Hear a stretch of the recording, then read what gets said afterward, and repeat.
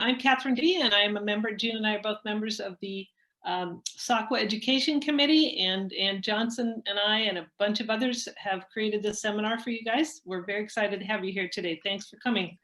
I'm Catherine Davey, as I said, but I'm also a card-carrying member of the Jane Dunnewold fan club. So we're very happy to have Jane here today.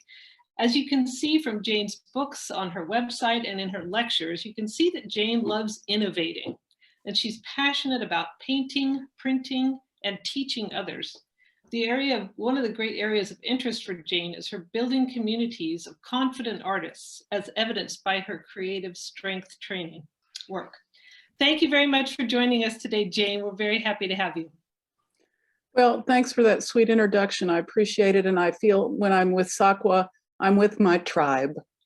So it's a real privilege to be with you today. And we're going to have a whirlwind look at botanical printing.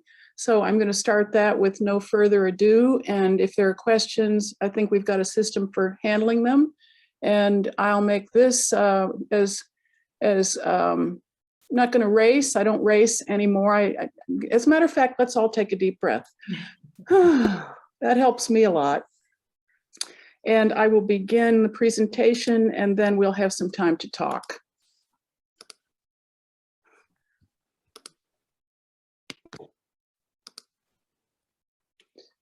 So today we're talking about what I have come to call the best of both worlds.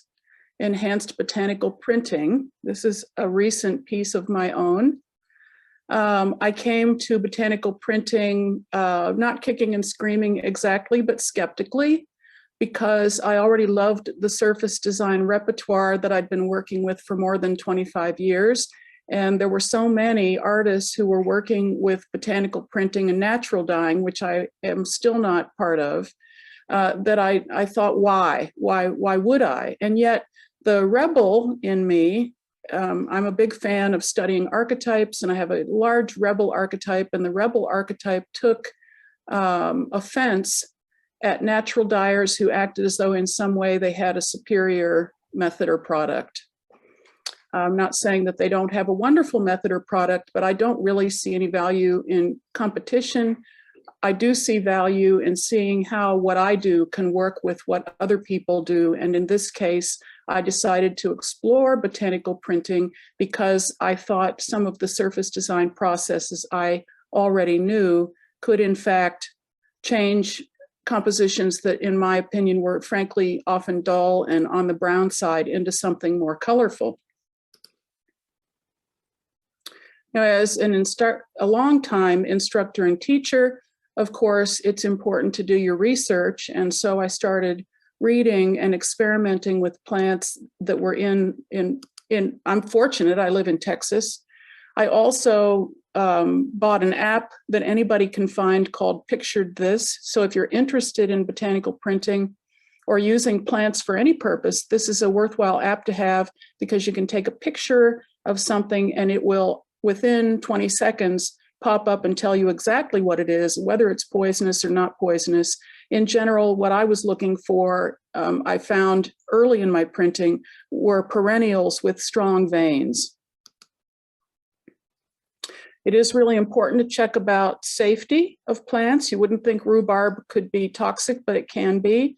You wouldn't think hydrangeas could be toxic, but they can kill a cat. And lily of the valley, that sweet little flower, and we all learned that song, that round when we were kids, that's also a plant that you would be avoiding in this venue or in this world. Real careful. That's the watchword. We want to be very careful. Now, another thing that I recognized was that it was hard for me to always understand what other people were talking about because there wasn't a common terminology that made sense to me coming from the world that I was in. So as I developed classes and talked about this more on my own, I developed my own terminology. And so I refer to the paper or the fabric, the surface that I'm putting the botanical print on, I refer to that as the substrate. And all kinds of wonderful papers and fabrics are good substrates, including old maps. So here is a print by Leslie Curtin, a Canadian student of mine, done in a class on an older piece of paper that she brought with her. Mordants, in order to clarify what mordants are, a true mordant is a chemical that actually helps the botanical matter adhere permanently to the substrate. And different mordants work for different kinds of situations, as is true when you've got fiber reactive dyes. And if you're steaming, you might be using vinegar. And if you're batching, you might be using soda ash. And so mordants are very similar to thinking about dyes. I use that as an example because so many of us are familiar with dyes from that perspective. We also have what we refer to as binders. Binders help hold the print that we've made on the fabric, but not in quite the same way as the mordant. And a modifier can sometimes also be a mordant, which is part of where the confusion enters in. But in general, a modifier is another chemical. If you would consider gin and lemon juice and white vinegar chemicals, I'm not quite sure what other word to use for them, but each of those is a modifier in the sense that it can shift the color of the print that you're making. And so here you see a variety of fabrics, including silk noil and watercolor paper soaking in a mordant prior to being bundled up. One of the most all-purpose mordants that I use is actually referred to as alum acetate, but alum acetate is in reality equal parts of potassium alum sulfate, which is basically the alum that we use in lots of applications, including pickling, and sodium acetate, which can be purchased online. Now, we also have, as part of the process, what I refer to as a dip. And copper sulfate and iron sulfate are both examples of chemicals that have home uses. Copper sulfate is used frequently as a fertilizer. Iron sulfate is actually no different. Well, it's a slightly different version of what is in an iron supplement that you take. And so these are not particularly hazardous materials, which is important to me as part of the process. And what we're doing in this case is literally mixing up copper and iron into these solutions that we can use then to dip the foliage in advance of creating the composition. Now, typically, people were using, when I first started experimenting with this, people were using heavy cardboard. And that was all well and good. And you'll see some cardboard in some of the photos later on because they're photos that predated my discovery of aluminum plates and binder clips. So this is a much more satisfactory way to build a bundle because, of course, it's sturdier, it's not flexible, and it's completely reusable, whereas the string and the cardboard would be something that you would be regularly discarding.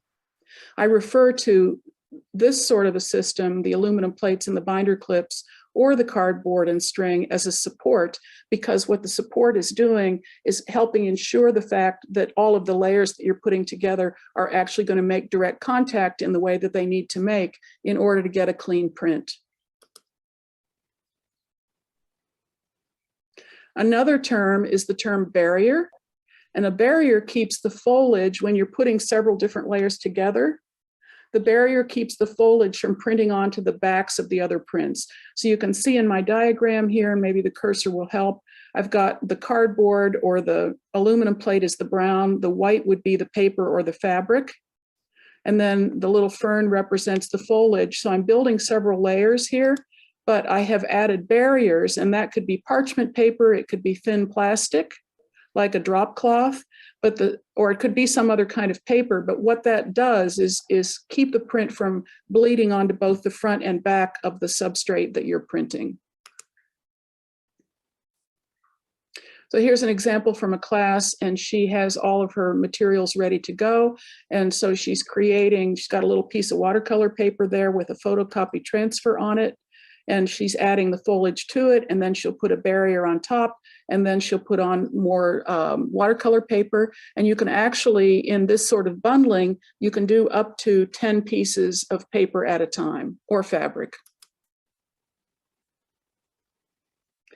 I'm a huge fan of this professional duty CADCO or quality, commercial quality CADCO hot plate because it's consistent, it's very effective, and unlike hot plates that you buy sometimes at Target or some other sort of a store, this burner has effectively been on for 8 hours a day straight for 5 days of workshops for at least a dozen workshops. I had 2 of them before I closed my studio in San Antonio, and they're just very hardworking and worth every penny of the $135 that they cost.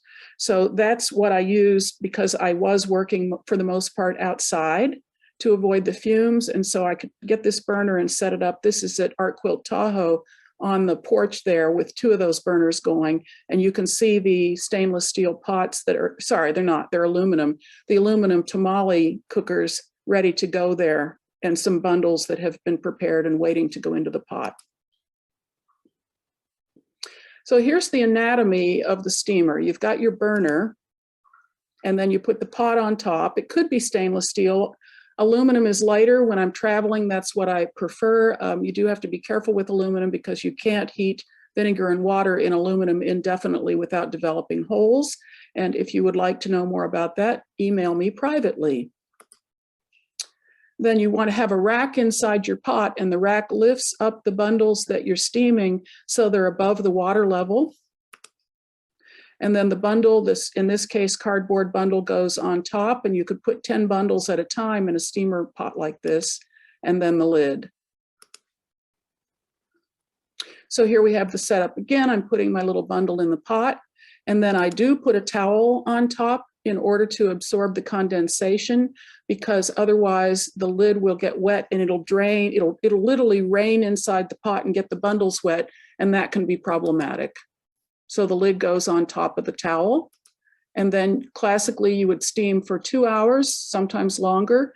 And you should really check the water level at the 1 hour mark so that you never boil the pot dry. Here is Joan taking the bundle that she made apart. And you can see the piece of lace on the right-hand side there. Now we're going to talk about carriers, because carriers can add color and pattern to the print that you're making. People use natural dye for carriers all the time, and they call them in the classic botanical world, they would refer to a carrier as a blanket.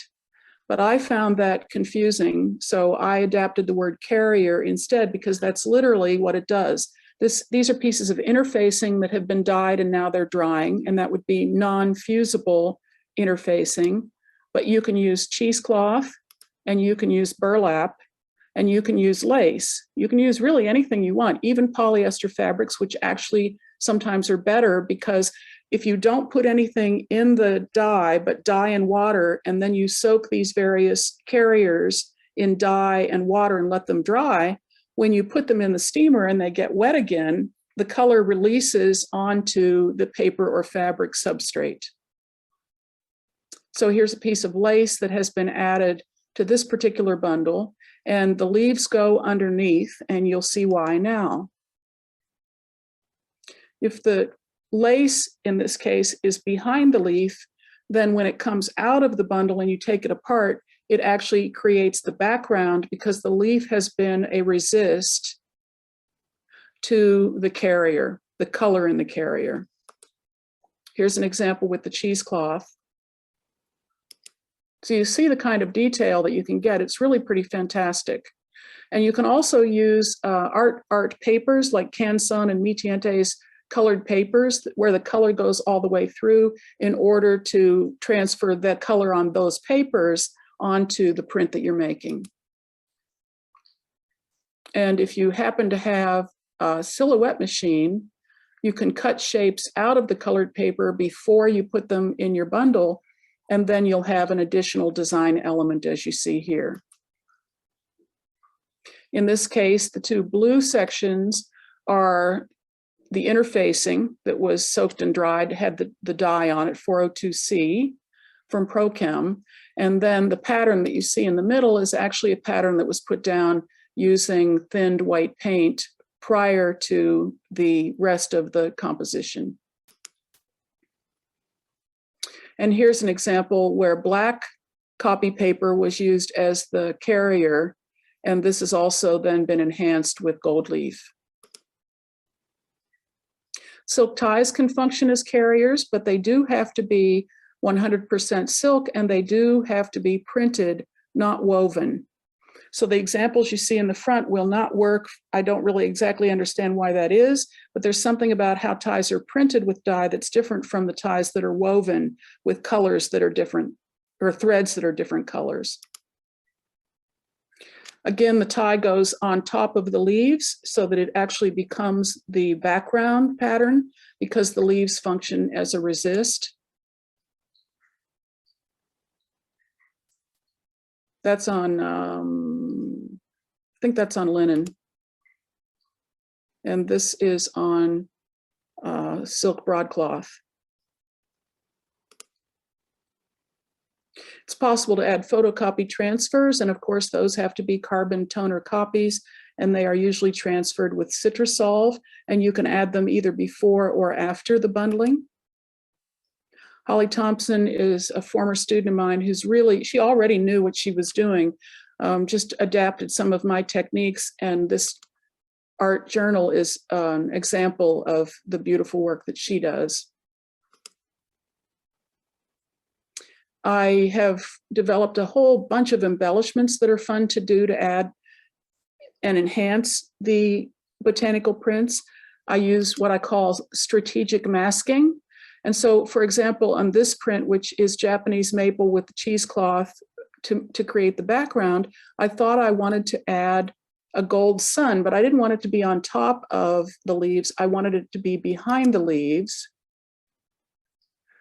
So I cut a freezer paper mask, and then I used my Thermofax to print, and you can see because of the mask that the print, the gel medium that I added would only be able to print onto the blue cheesecloth part of this, and the rest of it would fall on the mask where I could remove it and have the partial image, which then allowed me to add the gold leaf. I use sheets of composition gold leaf. It is not actually gold, so it's more affordable. And I use gloss gel medium to apply it, whether I'm using it on paper or fabric. And here are just a few examples of using it as a border, and then also using it as another slightly less than successful sun with the eucalyptus. It's also possible to use stenciling and textile paints or acrylic paints, and you can do that selectively. This is actually a fabric surface with the eucalyptus. I also have figured out how to use spackling on my prints, which is a lightweight acrylic product and not the classic spackling that you think of, but instead the product is called Fast and Final. So in this case, the spackling was added to the print before I put and dried before I put the plant down.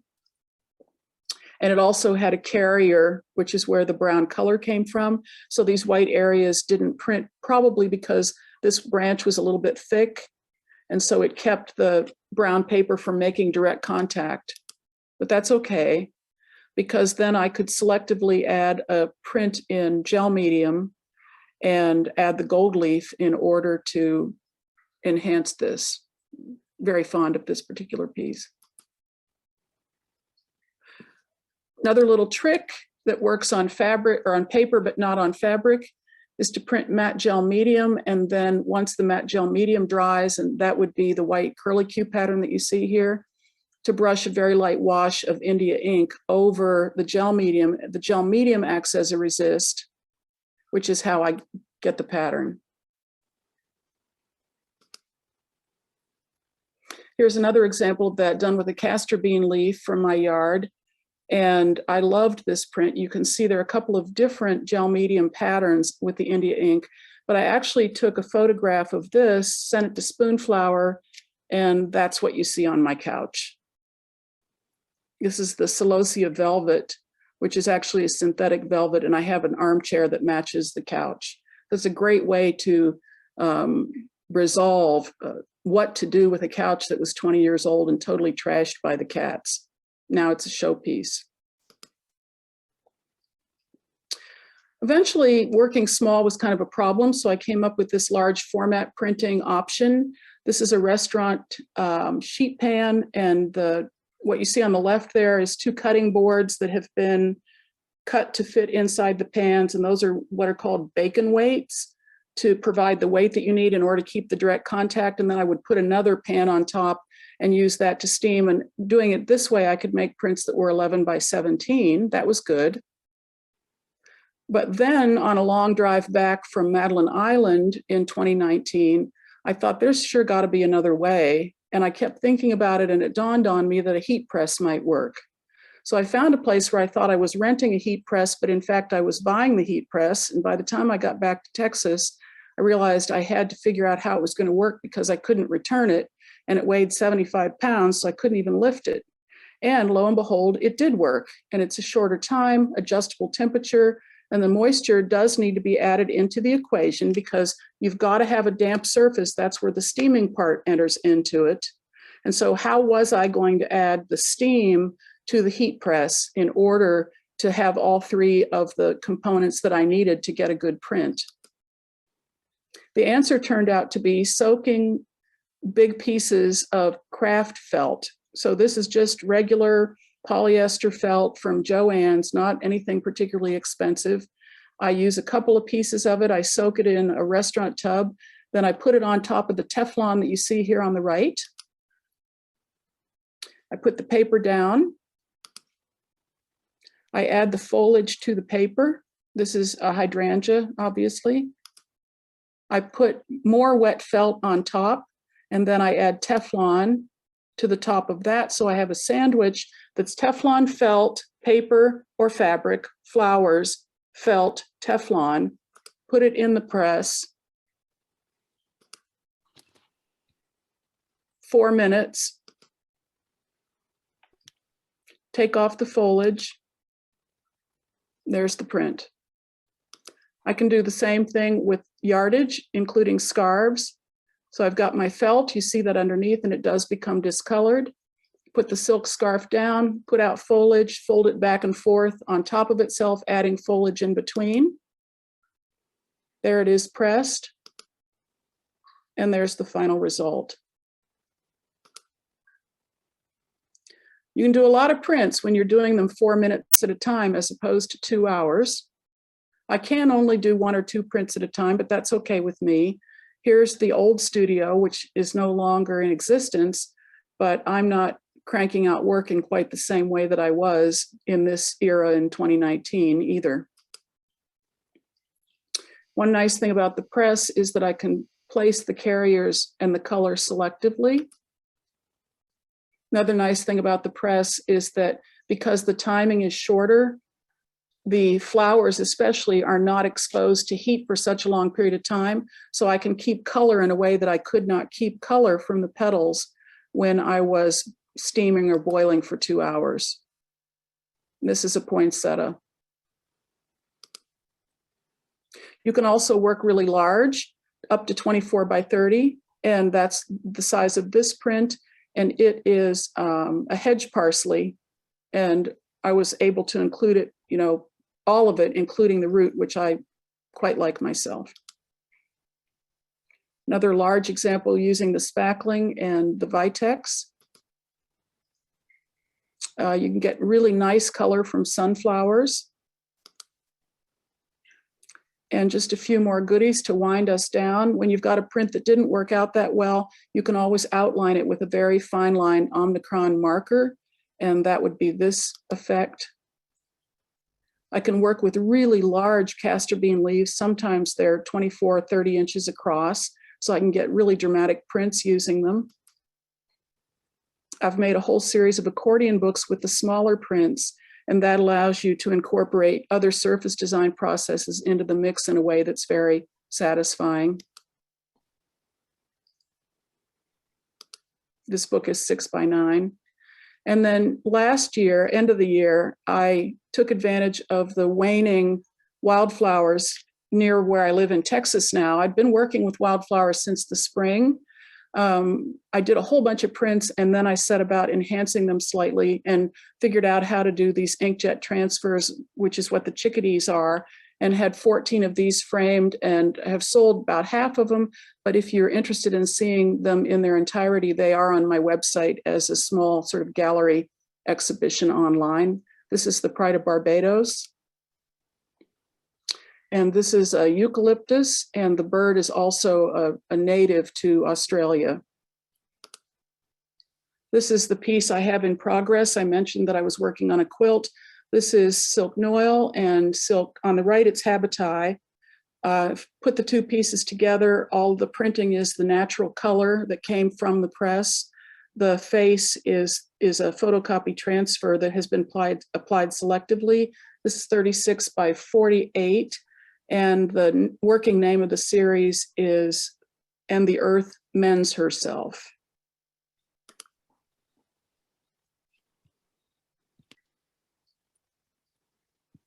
I'm always grateful to Iris at Misty Fuse and to Vicki and the staff at ProChem for their ongoing support.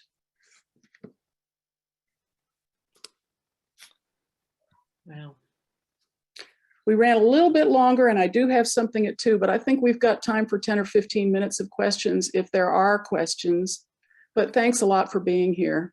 Jane, this is fantastic, and thank you very much. I will actually start with a question about the application of the gold leaf, please. What did you say, gel medium, or how do you apply that? Yeah, you can apply gold leaf or composition leaf, silver, any of it. You can apply it to fabrics, and you can apply it to papers. So it's very versatile. You can even run it through the washing machine if you apply it properly to fabric, or hand wash it gently. But the adhesive is the really important thing. And the adhesive that you need at this stage in all of this development, you know, I used to use foil adhesive, and those days are done. It was too stiff. The adhesive that you need for that is a gloss gel medium. If it isn't the thicker gloss medium, it'll sink into the fabric, and then it won't hold the leaf later. So you need the heavier gloss that comes in a pot, not the pourable kind, and So- not matte. So that it adheres to the fabric. Exactly, yeah. It's You not can, yeah, and I typically use Thermofaxes just because we've got a whole bunch of Thermofax screens, and I've kind of gravitated to those over the years. But you could stencil it, or you could stamp it.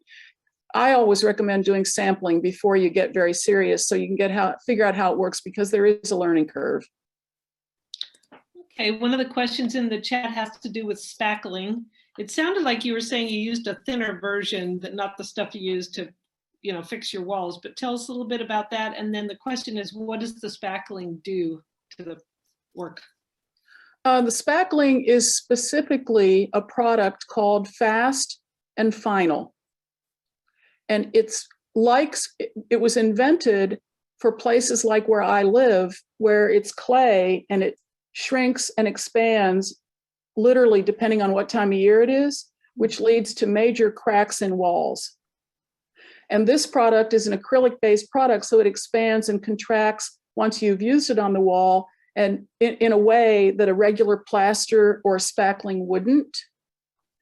And so that's why it's so important to look for this product, because it's not really like gesso either. It's an acrylic product that you can spread with a spreader and or pull through like a stencil. Keep your eyes open in March. I've already written a blog for Stencil Girl that'll be free on how to stencil with spackling. But what it does, you know, you can coat things. Shoot, I don't have anything around here that it's on. Everything's downstairs. But you can coat it onto fabric, but you can't put it on fabric that's going to be flexible, because it'll break off. But what I typically do with it, and if anybody goes to my website and looks at my most recent work, like from 2017 forward, I have a lot of work with spackling on it. What it does is it sets up a it's a porous surface that you can paint or color. I've gold leafed over it. I've put it over old quilt blocks and then gold leafed on top of it and printed on top of it. So it's, and because of the porous nature of it, it's also a great candidate for the botanical printing, because the tannins and the chemicals that the leaves and flowers have been dipped in transfer to the spackling. And it allows you to add a layer of texture to the watercolor paper or the fabric that you couldn't normally get any other way. I'm big on looking for products that do things that nothing else will do. One of the questions is kind of related to that in the chat. It asks how permanent is the color. I assume that also means the botanical print color. Some flower colors are fugitive, and this is something that you study over time, and you become more familiar with which ones are fugitive and which ones aren't. In general, I have prints that have been around for, 3 or 4 years now, where the color has not changed dramatically. They haven't faded dramatically, but that is definitely a trial by error thing, because you are working with nature, and there are some plants that I've used where I like roses. The color of rose petals is fugitive, so there's no point even trying that. And if you go online, if anybody's really interested in this, you can Google this sort of thing, and lots of people like Wendy Feldberg has a blog called, I think it's Threadborn, and she has a whole list on that website of flowers that are poisonous and flowers that are fugitive. And so that's a resource worth pursuing. But you can Google a lot of that and find out about it. I also think, because I enhance some of the prints that I make with thinned textile paint and walnut ink and India ink, some of those applications will be permanent just because of the nature of the products that were added to the print. And then it isn't really any different from if you have a fiber reactive dye piece and it's sitting in a bright window, it is going to fade. That's just rock and roll. Everything, I'm fading. Not right before your eyes, but it's happening. And so this is one of those natural occurrences that we can do our best to protect the things that we've made from degrading faster than they might otherwise do, but it's still going to happen. So Heather Hager asks, what is the name that just mentioned about fugitive lists? I believe you said that the rose petals were fugitive colors, but was that right? The question? Yeah. I think what I probably said too fast is the blog is called Threadborn, B-O-R-N-E, and it's Wendy Feldberg. And she's very smart and very knowledgeable about plants and flowers, and actually has created a large garden where she lives, I think in Toronto, that is a garden specifically for botanical printing and natural dyeing, in a way that I'm working on here, but the February snowstorm we got last year didn't help.